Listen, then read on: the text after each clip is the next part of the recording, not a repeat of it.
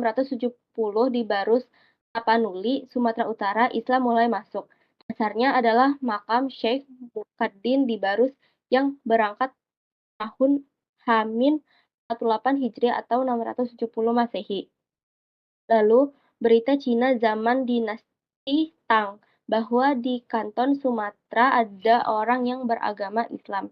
Lalu, di slide terakhir ada gambar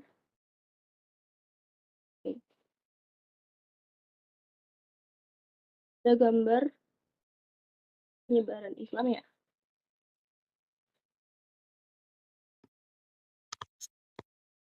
Udah nggak sih? Udah.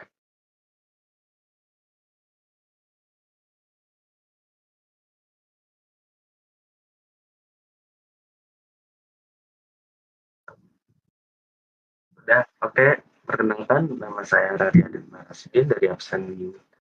Bentar, absen berapa ya gue? Absen berapa gue? Ulang kill lah.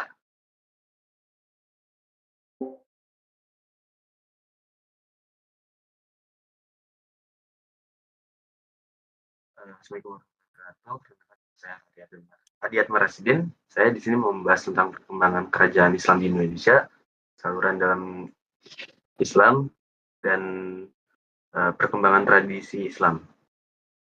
Oke, di slide pertama, perkembangan kerajaan Islam di Indonesia itu dibagi tiga, yaitu satu, para pedagang merupakan kelompok yang paling berjasa. Ini yang satu ini pedagang ya, yang paling berjasa dalam awal penyebaran Islam di Indonesia. Para pedagang Muslim karena sisa-sisa waktu untuk pulang kembali ke negara yang masih longgar, mereka gunakan untuk berdakwah menyebarkan agama. Dua, para mubalik. Mubalik adalah orang tugasnya menyampaikan ajaran agama. Para mubalik lebih ahli dalam keadaan atau kondisi masyarakat. Sebab tugas mereka memang khusus untuk berdakwah. Ketiga, golongan sufi. Penyiar agama melalui tasawuf terasa lebih cocok dengan kondisi masyarakat Indonesia yang suka berbau mistik. Nah, kenapa tasawuf dipilih? Karena di Indonesia lebih mudah diterima masyarakat. Karena dengan tasawuf, bentuk Islam yang diajarkan pada penduduk pribumi memiliki kesamaan dengan alam pikiran mereka yang sebelumnya menganut agama Hindu. Oke, slide kedua, ada saluran dalam Islam. Ini dibagi menjadi 5 bagian. Pertama, ada perdagangan. Perdagangan merupakan cara yang paling efektif untuk penyebaran Islam waktu itu. Nah, ini dikarenakan pedagang langsung berhubungan dengan raja, bangsawan, dan rakyat untuk memperoleh barang dagangan, perkawinan. Para pedagang yang berasal dari bangsa lain yang menetap sementara di Indonesia bersosialisasi dengan rakyat Indonesia, dan ada juga para pedagang yang menikahi rakyat Indonesia sehingga mempercepat proses penyebaran budaya dan ajaran Islam ke Indonesia. 3. Tasawuf. Masyarakat Indonesia memiliki dan menyukai hal-hal yang berbau mistik. Dengan demikian, kedatangan kaum sufi diterima baik oleh masyarakat Indonesia. Kesempatan ini dimanfaatkan kaum sufi untuk menyebarkan agama Islam. Pendidikan pondok pesantren. Penyebaran Islam melalui pendidikan pondok pesantren memiliki nilai lebih karena pesantren merupakan kawah candera di muka yang paling baik untuk mendidik masyarakat atau umat. Nah, apa sih kawah candera di muka itu? Istilah kawah candera di muka dianalogikan sebagai tempat yang berfungsi sebagai sarana pembentukan karakter agar menjadi pribadi yang lebih kuat, besar, dan terampil. Lanjut, para santri yang datang ke berbagai daerah bersatu untuk menuntut ilmu serta menerima gemblengan-gemblengan dari kiai. Setelah keluar dari pesantren, mereka siap menghadapi tantangan-tantangan dakwah di daerah-daerah yang mereka tempati. Terakhir ada kesenian. Seni merupakan bagian yang tak terpisahkan dalam kehidupan. Oleh karena itu, berdakwah dengan menggunakan kesenian akan membawa daya tarik sendiri bagi masyarakat awam. Seni perwayangan banyak dimanfaatkan oleh Sunan Kalijaga dalam berdakwah. Banyak cerita pewayangan yang disesuaikan dengan ajaran Islam. Selain pewayangan, ada cara lain yang digunakan sebagai media dakwah seperti sekatenan, rebek maulid, debus, dan lain-lain.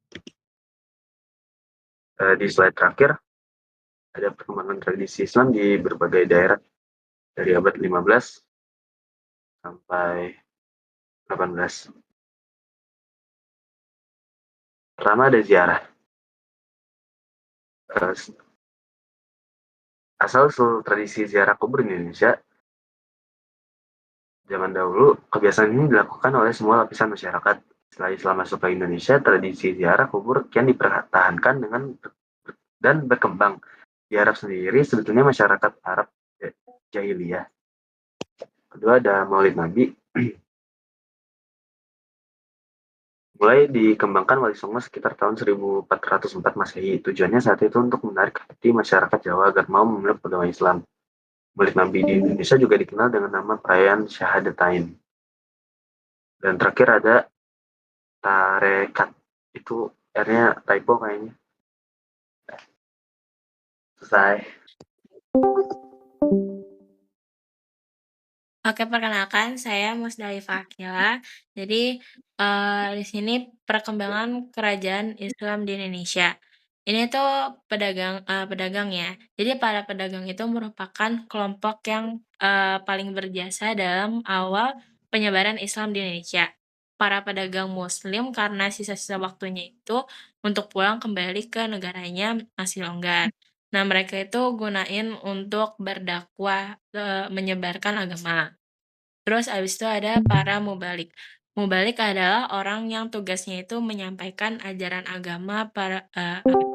Para mubalik itu lebih ahli dan lebih tahu keadaan atau kondisi masyarakat.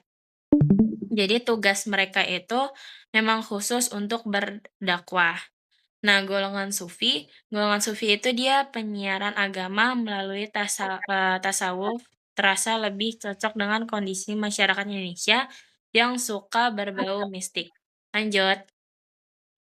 Nah, selanjutnya itu ada saluran, dalam Islam. Nah, yang pertama itu perdagangan. Perdagangan itu, merupakan cara yang paling efektif untuk menyebarkan agama Islam waktu itu. Nah, hal ini dikarenakan para pedagang itu langsung berhubungan dengan raja, bangsawan, dan rakyat untuk memperoleh barang dagangan. Selanjutnya, perkawinan. Perkawinan itu para pedagang itu yang berasal dari bangsa-bangsa lain itu menetapkan sementara di Indonesia untuk bersosialisasi dengan rakyat Indonesia. Dan ada juga para pedagang yang menikahi rakyat Indonesia, sehingga mempercepat proses penyebaran budaya dan ajaran Islam di Indonesia.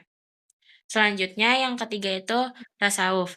Tasawuf itu masyarakat Indonesia yang memiliki dan menyukai hal-hal yang berbau mistik. Dengan demikian, kedatangan kaum sufi diterima